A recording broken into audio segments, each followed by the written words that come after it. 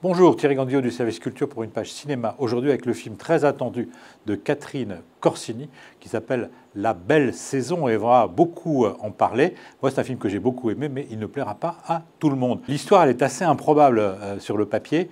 C'est l'histoire de Delphine. Delphine c'est Isia Higelin qu'on connaît. C'est la fille de Jacques Higelin, évidemment, mais c'est surtout une rockeuse qui a eu un certain nombre de victoires de la musique. Et là, on la retrouve sur un tracteur en train de sillonner le Limousin et de faire les foins. C'est assez inattendu a priori. Et par ailleurs, il se trouve que Delphine, c'est un hommage d'ailleurs à Delphine Seyrig, Delphine est amoureuse des filles plutôt que des garçons. L'ambiance n'est pas forcément très funky. En Corrèze dans les années 70. Elle a beaucoup de mal évidemment à vivre son homosexualité, elle est obligée de se cacher.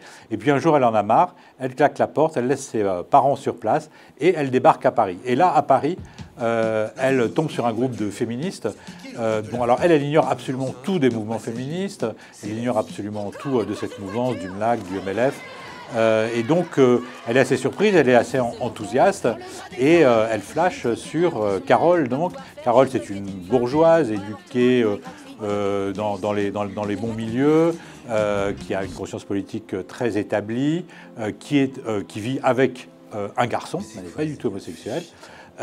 Et pourtant, eh bien, la rencontre entre Delphine et Carole va être un véritable coup de foudre. Alors, la rencontre entre l'agricultrice du Limousin et la bourgeoise parisienne, on pouvait craindre un petit peu à la caricature, qui n'est jamais loin du ridicule. Eh bien, pas du tout. Il y a quelques scènes au début, on se dit « Oh là là, de quel côté ça va tomber ?»